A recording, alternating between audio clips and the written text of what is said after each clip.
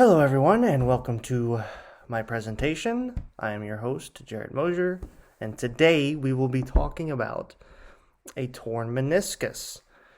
Now, I have always been under the impression that when someone mentioned a torn meniscus, they were talking about maybe a tendon or a ligament, but in fact it is not. It is a piece of cartilage that is in your knee. So, we're going to get into it today. Let's begin. So, what is the meniscus? The meniscus is a C-shaped pad of cartilage in the knee that acts as a shock absorber. So we can see in this picture over here to the right, we have the femur, and right below it is the tibia and the fibula. And right in there between them is the meniscus. And so you might be wondering, how on earth does someone tear their meniscus? Well, we're going to get into that. It's very interesting. The function and the job of the meniscus is to provide cushioning between the femur and the tibia, and it kind of distributes weight across the knee, so there's not one exact point in the knee where all force is being put upon. Therefore, your knees last longer, and it makes for more healthier joints. So here we go. So the injury description, what is a torn meniscus? A torn meniscus is when the cartilage that cushions the inside of your knee is damaged. And so it can be, there are many different types of injuries. So we're talking about tears today, but it could have been folded, squished. It could have been something like that. But today we're talking about the tear. And it usually occurs when the knee is forcefully rotated an abnormal degree. And I'll show you a picture of that here in a minute. But I'd like to kind of stray away from the broad idea of a torn meniscus and go into a special case. I have a dear friend of mine that I grew up with, and he recently had surgery on his knee for a torn meniscus. And I'm like, hey, that's great. Let me get all the information you have. And he gave me a ton of stuff. His doctor had all these notes, and he had a recovery plan and surgery stuff. So we'll be using him today. Of course, I will be calling him Patient Zero just to keep his identity a secret because he asked me to. But his case was called a bucket handle tear of a lateral meniscus with derangement of collateral ligament of the right knee. Now, we're not going to really focus on that second part. We're going to just mainly hone in on the bucket handle tear of lateral meniscus. But first, let's talk about population risk. So for people, it's usually males, age 40 or older, and there's a 75% chance that you will have some sort of meniscus damage if you have osteoarthritis. Any particular kind of behaviors or movements would be repetitive movements. So someone who might be, let's say, a power lifter who squats every single day, they might be more prone to meniscus damage or a torn meniscus. And then obesity. Now, Patient Zero, although he has been making tremendous progress and is in great shape, for the majority of his life, he was obese. And I have to think that probably played a big effect on the damage to his meniscus because he didn't really have a one and done tear. It kind of just started to hurt, and then eventually it tore.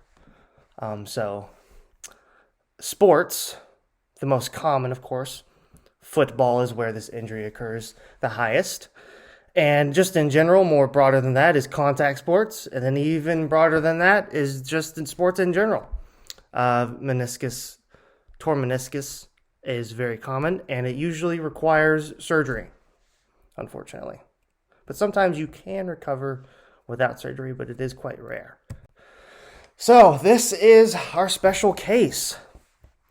This is the bucket handle tear of the lateral meniscus. So how it happened, you can see over here on the left, he was going for a sort of Rabona in soccer, and you can see his right leg was crossing over his left leg, and that's sort of that rotational twisting. And as soon as he hit that ball, he felt it snap.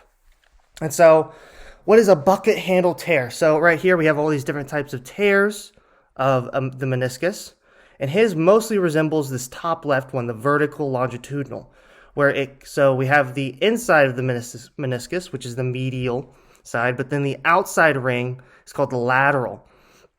So he had a tear that kind of looked like a bucket handle, so it curved all the way around the meniscus cartilage, but it was more to the outside, to the lateral side. So it kind of looked like a bucket handle, hence the name bucket handle tear. So how could patient 0 have prevented something like this? Of course, in general, living a healthier lifestyle, eating the right nutrients, and taking care of their body. Increasing mobility. When your joints have mobility, you have a less chance of damaging surrounding ligaments, cartilage, tendons.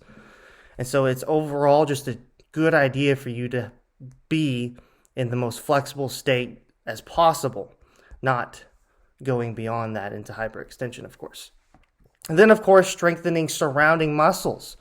So when the muscles are strengthened, not as much pressure is being put on the cartilage itself, hence lowering the risk of damage. So, treatment and care. This was directly from patient 0. He told me this is exactly what he used, the Dawn Joy Iceman cold therapy machine. So you can see the little hole right there where his knee would go into, and it would kind of wrap around his knee, and then this little box thing would circulate water and make it very cold, so that it wasn't like an ice pack you had to put back in the fridge. So he could just lay there, because, it was very hard for him to move. This was months of recovery. And so he would use this cold therapy to probably slow down inflammation, probably reduce pain, stuff like that. And then for his exercises, he did stuff like leg raises, just gentle movements, very subtle. You start off light, baby steps, and then you move up to maybe you try to walk a little with crutches, and then you try to walk without the crutches, and then you move to just doing some basic exercises, and then doing some jogging, and then some running, and then you do 30% speed, 40%, 60%, and then you move up until you're at 100% speed without pain.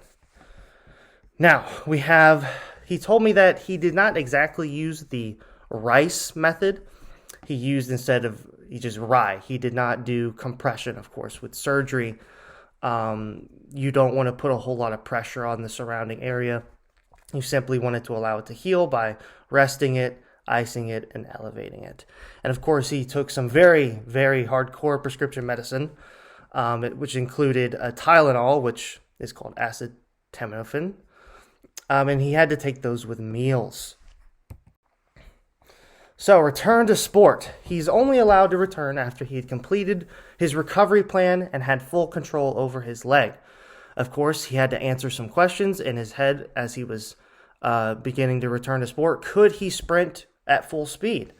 And could he do that without pain? And could he also put a lot of pressure on the leg without pain, without his leg giving out, without feeling tingly, stuff like that. So the key point is to remember to listen to your body and not exert yourself too hard too quickly, because that could result in redamage, and that's not good at all. And then, of course, continue to strengthen and mobilize your muscles and tendons. Without consistency and keeping up with a routine, you're going to fall behind and come into risk with having another injury. And of course, we don't want that.